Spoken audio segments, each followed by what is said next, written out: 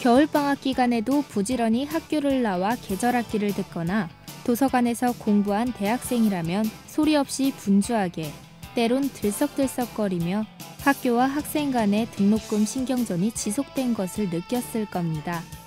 매년 겨울마다 대학교를 다니는 학생이라면 또는 가족 중 한 명이 대학생이라면 머리 한쪽에서 학비에 대한 걱정이 떠나지 않을 텐데요. 그렇다면 반값 등록금 논란의 시작은 어딜까요? 등록금을 반값으로 한다는 것은 2006년 한나라당의 공약으로 처음 발언됐습니다. 2007년에는 이명박 대통령이 대선에 출마하면서 선거대책위원회 산하에 등록금 절반 인하 위원회를 설치하기도 했습니다. 한동안 등록금 인상이냐 동결이냐를 주제로 총학생회와 학교가 대립을 해왔는데요. 2011년 한나라당 황우영 원내대표가 등록금의 무상과 유상에 대한 발언을 계기로 반값 등록금 논란이 다시 불거지기 시작했습니다. 이어 서울시장 보궐선거에서 박원순 후보가 시장으로 당선되면서 공약으로 내세웠던 서울시립대 반값 등록금을 실현했습니다.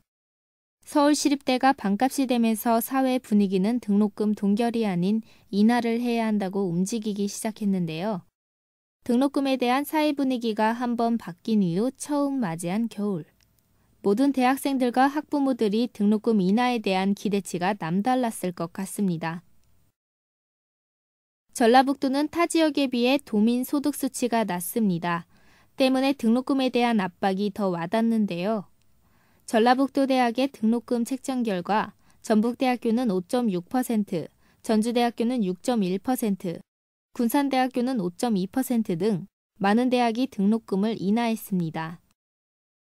그런데 등록금이 인하되기까지 대학생들은 등록금에 대해 얼마나 자신의 의력을 피력했을까요? 먼저 전북대학교 박승한 총학생회장의 인터뷰 들어보시죠.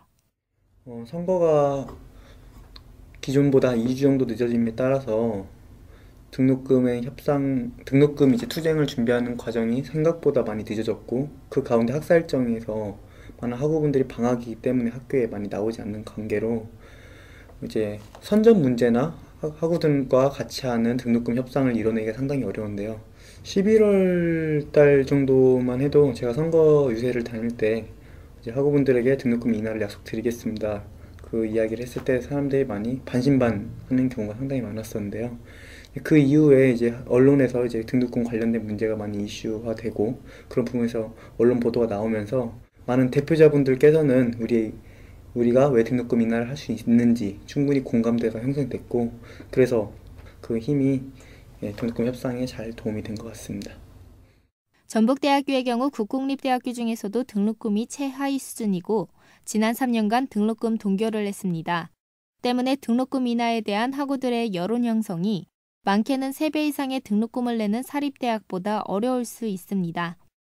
하지만 전북대학교의 학생들의 절반 이상이 전라북도 출신이고 등록금 때문에 아르바이트를 지속하거나 휴학을 하는 학생들이 있을 만큼 등록금 문제에 대해 결코 안일하게 지나쳐선 안 됐을 텐데요.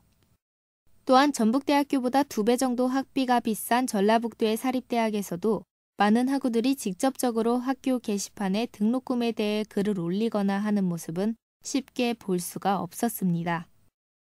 국공립대학교 총학생회를 중심으로 형성된 한국대학생연합은 2010년부터 진작 기성예비 반환에 대해 법적 소송을 걸었고 최근 그 소송에서 기성예비는 법적 근거가 없어 학생들에게 돌려줘야 한다는 법원 판결이 나오기도 했습니다. 특히 국공립대학교의 경우 기성예비 비율이 평균 85%에 달하기 때문에 많은 논란이 일고 있는데요. 기성예비는 육성예비라고도 불립니다.